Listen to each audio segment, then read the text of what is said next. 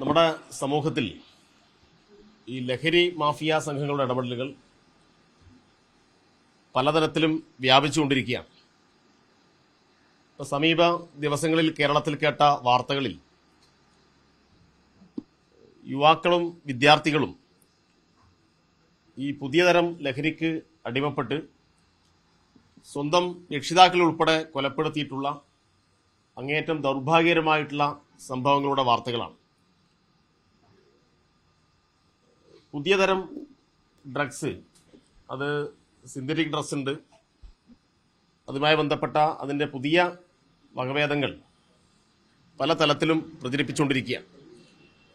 ഇതിൽ പ്രധാനമായിട്ടും ഇരകളാവുന്നത് വിദ്യാർത്ഥികളാണ്, ചെറുപ്പക്കാരാണ്. അപ്പോൾ ഈ വർദ്ധിച്ചു വരുന്ന ലഹരി ഉപയോഗത്തിനും ഇതിൻ്റെ വിൽപ്പന സംഘങ്ങളെ തടയുന്നതിനു വേണ്ടിയും ശക്തമായിട്ടുള്ള ജനകീയമായ ഇടപെടൽ നമ്മുടെ നാട് ആവശ്യപ്പെടുന്നുണ്ട്.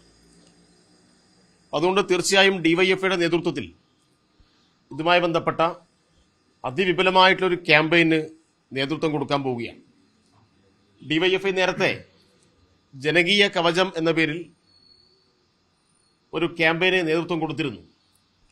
ആ ക്യാമ്പയിൻ്റെ തുടർച്ചയിൽ ഈ ഫെബ്രുവരി 7 മുതൽ 9 വരെയുള്ള തീയതികളിൽ കേരളത്തിൽ 200 കേന്ദ്രങ്ങളിൽ ജാഗ്രതാ പരേഡുകൾ സംഘടിപ്പിക്കണം എന്നാണ് ആലോചിച്ചിട്ടുള്ളത്. ജാഗ്രതാ പരേഡുകൾ സംഘടിപ്പിക്കുക മാത്രമല്ല, തുടർന്ന് യൂണിറ്റ് മേഖലാ കേന്ദ്രങ്ങളിൽ ജാഗ്രതാ സമിതികൾ രൂപീകരിക്കുകയും ഈ ജാഗ്രതാ സമിതിയുടെ നേതൃത്വത്തിൽ നാട്ടിലെ ഇത്തരം കാര്യങ്ങൾക്ക് അടിമപ്പെട്ടിട്ടുള്ള ആളുകളെ മോചിപ്പിക്കാൻ ആവശ്യമായിട്ടുള്ള പ്രായോഗികമായ പ്രവർത്തനങ്ങൾ കൂടി ആവിഷ്കരിക്കണം എന്നാണ് ആലോചിക്കുന്നത്. പിന്നെ ബോധവൽക്കരണത്തിന്റെ ഭാഗമായി വൈവിധ്യമാർന്ന പരിപാടികൾ പല വിധത്തിലും ആലോചിക്കണം. അതിലിപ്പോൾ ഒന്ന് പ്രധാനമായും യുവാക്കളെ കായിക മേഖലയിലേക്ക് ആകർഷിക്കുക എന്നുള്ളതാണ് ഒരു പ്രധാനപ്പെട്ട കാര്യം. ഇപ്പോൾ കായിക മേഖലയിൽ ലഹരിയാവാം കളിയിടങ്ങളോട് എന്ന മുദ്രാവാക്യത്തെ മുൻനിർത്തി മാർച്ച്, ഏപ്രിൽ, മെയ് മാസങ്ങളിൽ കേരളത്തിലുടനീളം വിവിധ കായിക മത്സരങ്ങൾ സംഘടിപ്പിക്കാൻ ഉദ്ദേശിക്കുകയാണ്. ആ കായിക മത്സരങ്ങൾ നടക്കുന്നിടങ്ങളിൽ ലഹരി വിരുദ്ധ പ്രതിജ്ഞ ഉൾപ്പെടെ എടുത്തുകൊണ്ട് ലഹരിക്കെതിരായിട്ടുള്ള ഒരു അവബോധം യുവാക്കളുടെ നേതൃത്വത്തിൽ ശക്തിപ്പെടുത്തണം എന്നാണ് ഉദ്ദേശിക്കുന്നത്. ഇങ്ങനെ പല വിധത്തിലുള്ള ലഹരി വിരുദ്ധ ക്യാമ്പയിനുകൾക്ക് ഡിവൈഎഫ്ഐ സംസ്ഥാന വ്യാപകമായി നേതൃത്വം കൊടുക്കുന്നു. ഈ പരിപാടിയോട് എല്ലാവിധ സഹകരണവും ഈ നാട്ടിലെ ജനങ്ങളോട് ഞങ്ങൾ അഭ്യർത്ഥിക്കുകയാണ്. മറ്റൊന്ന്, ഇത് ഒരു വലിയ കച്ചവടം, പ്രധാനമായിട്ട് ഇപ്പോൾ വന്നുകൊണ്ടിരിക്കുന്ന വാർത്തകൾ നോക്കിയാൽ ഓരോ ദിവസവും കിലോ കണക്കിന് കോടികളുടെ ഈ സിന്തറ്റിക് ഡ്രഗ്സിന്റെ വിൽപ്പനയും അതുമായി ബന്ധപ്പെട്ട കാര്യങ്ങളും പിടികൂടുകയാണ്. അപ്പോൾ സംസ്ഥാന ഗവൺമെന്റ് ഇതുമായി ബന്ധപ്പെട്ട നിരവധി കേസുകളുടെ എണ്ണൊക്കെ എടുത്തു നോക്കിക്കഴിഞ്ഞാൽ വലിയ വർധനവ് തന്നെ ഉണ്ടായിട്ടുണ്ട്. അപ്പോൾ അതിനകത്ത് എന്തൊക്കെയാണ് നാട്ടുകാർ എന്ന നിലയിൽ ചെയ്തു കൊടുക്കാൻ വേണ്ടി കഴിയുക? ഇത്തരം ആളുകളെ നേരിട്ട് ഇടപെടാൻ വേണ്ടി കഴിയില്ലെങ്കിലും അവരെ എക്സൈസിന് കണ്ടെത്തി കൊടുക്കാൻ ആവശ്യമായ ഇടപെടൽ നടത്താൻ വേണ്ടി കഴിയും. ഇപ്പോൾ പ്രാദേശികമായി രൂപീകരിക്കുന്ന ജാഗ്രതാ സമിതി ഇത്തരം വിൽപ്പന എങ്ങനെ അവരവരുടെ നാട്ടിൽ തടയാൻ വേണ്ടി കഴിയും എന്നുകൂടി ആലോചിക്കുകയാണ്. അതുകൊണ്ട് അതീവ ഗൗരവമായിട്ടുള്ളൊരു വിഷയമായിട്ട് ഈ കാര്യങ്ങൾ മാറുകയാണ്. ഈ കഴിഞ്ഞ ന്യൂ ഇയർ ആയ ദിവസമാണ് ഹാപ്പി ന്യൂ ഇയർ എന്നോട് പറഞ്ഞില്ല എന്ന് പറഞ്ഞ് ഒരു ചെറുപ്പക്കാരൻ ഒരാളെ കുത്തി കൊല്ലുന്നു. കഴിഞ്ഞ 2-3 ദിവസമായിട്ട് സ്വന്തം ഉമ്മയെ വീട്ടിൽ വെച്ച് കുത്തി കൊലപ്പെടുത്തിയ അനുഭവം ഉണ്ടായി. അപ്പോൾ ഒരു കാരണവശാലും നമ്മുടെ നാട് ഈ നിലയിൽ പോയിക്കൂടാ. അപ്പം എല്ലാ വിഭാഗം ആളുകളെയും അണിനിരത്തിക്കൊണ്ട് ഈ വിപത്തിനെതിരായിട്ടുള്ള പോരാട്ടം ഡിവൈഎഫ്ഐ ശക്തിപ്പെടുത്തണം എന്ന് തന്നെയാണ് കാണുന്നത്. നിങ്ങളുടെ മാധ്യമപ്രവർത്തകർ ഉൾപ്പെടെ ആ ക്യാമ്പയിനുമായി സഹകരിക്കുകയും സഹായിക്കുകയും ചെയ്യണം എന്നുകൂടി ഈ സന്ദർഭത്തിൽ അഭ്യർത്ഥിക്കാം.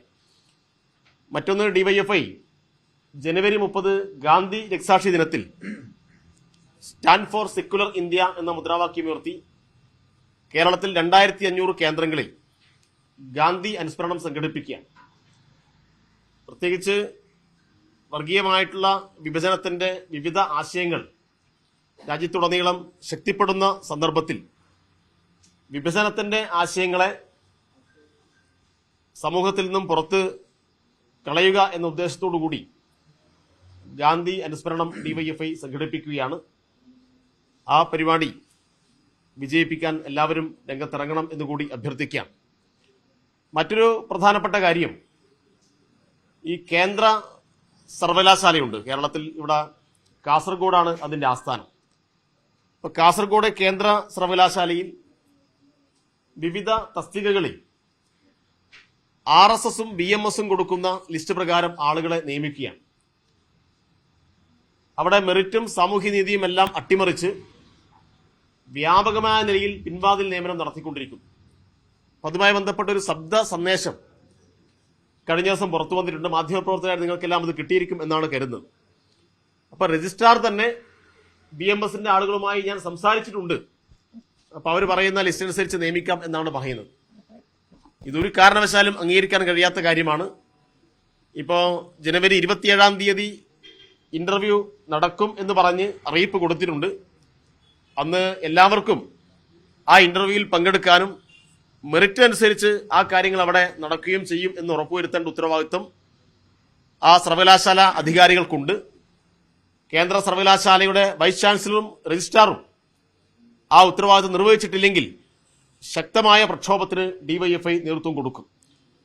ഇപ്പോൾ BMSും RSSും കൊടുക്കുന്ന ലിസ്റ്റ് അനുസരിച്ച് സർവകലാശാലയിൽ ജീവനക്കാരെ നിയമിക്കാനുള്ള നീക്കത്തെ ശക്തമായി പ്രതിരോധിക്കും. അത്തരം നീക്കങ്ങൾ നമുക്കൊരിക്കലും അംഗീകരിക്കാൻ കഴിയുന്ന ഒന്നല്ല. അവിടെ ഇപ്പൊ തന്നെ നടന്നിട്ടുള്ള പല നിയമനങ്ങളും പിൻവാതിൽ വഴി നടത്തിയിട്ടുള്ള നിയമനങ്ങളാണ്. അത് സംബന്ധിച്ചുള്ള കാര്യങ്ങളിൽ ശക്തമായ ഇടപെടൽ, അതുമായി ബന്ധപ്പെട്ട ശക്തമായ പ്രതിഷേധം ഡിവൈഎഫ്ഐയുടെ ഭാഗത്ത് ഉണ്ടാവും എന്നുകൂടി ഈ സന്ദർഭത്തിൽ സൂചിപ്പിക്കുക. എല്ലാ വിഭാഗം ആളുകളെയും കണ്ണുയർത്തുള്ള ജാഗ്രതാ സമിതിയാണ്.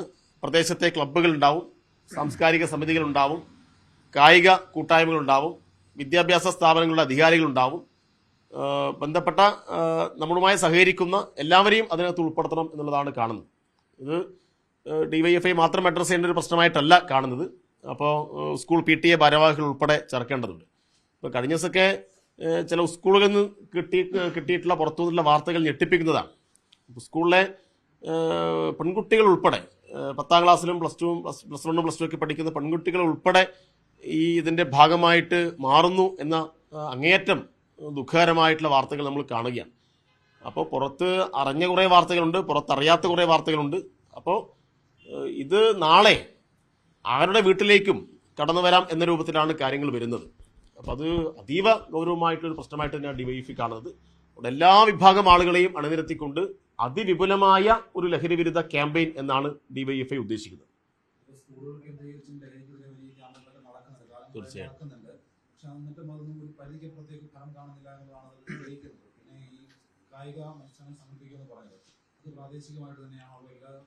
ഞങ്ങൾ കഴിഞ്ഞ വർഷമേ തുടങ്ങിയ ഒരു കാര്യമാണ്. ഇപ്പം ഫുട്ബോളും വോളിബോളും കബഡിയും ഉൾപ്പെടെയുള്ള ആയിരക്കണക്കിന് ആളുകൾ പങ്കെടുക്കുന്ന ധാരാളം ടൂർണമെന്റുകൾ ഡിവൈഎഫ്ഐ സംഘടിപ്പിക്കുന്നുണ്ട്. അപ്പോൾ ആ ടൂർണമെന്റിന്റെ തുടക്കം തന്നെ ആയിരക്കണക്കിന് ആളുകൾ പങ്കുചേരുന്ന ലഹരി വിരുദ്ധ പ്രതിജ്ഞയോടുകൂടി ആരംഭിക്കുന്നു. ലഹരിയാവാം കളിയിടങ്ങളോട് എന്ന മുദ്രാവാക്യം, അതിന്റെ പ്രചരണമായ കാര്യങ്ങളെല്ലാം ഉപയോഗപ്പെടുത്തുന്നതെല്ലാം ഇതിന്റെ സന്ദേശം കൂടുതൽ ആളുകൾക്ക് എത്തിക്കുക എന്നുള്ളതാണ് കൂടിയാണ്. അതുകൊണ്ട് കായിക മേഖലയിൽ കൂടിയുള്ള ഇടപെടലുകൾക്ക് കൂടുതൽ പ്രാധാന്യമുണ്ട് എന്ന് തന്നെയാണ് ഞങ്ങൾ കാണുന്നത്. അപ്പോൾ ആരോഗ്യമുള്ള ഒരു തലമുറ നമുക്കിവിടെ വേണം. അപ്പം അതിന് ആ മേഖലയെ കൂടി ഞങ്ങൾ ഉപയോഗപ്പെടുത്തുന്നു എന്നതാണ് സംബന്ധിച്ച് പറയാനുള്ളത്. ഞങ്ങളത് പ്രചരണപരമായ ആ കാര്യങ്ങൾ കൂടുതൽ ശക്തിപ്പെടുത്തും.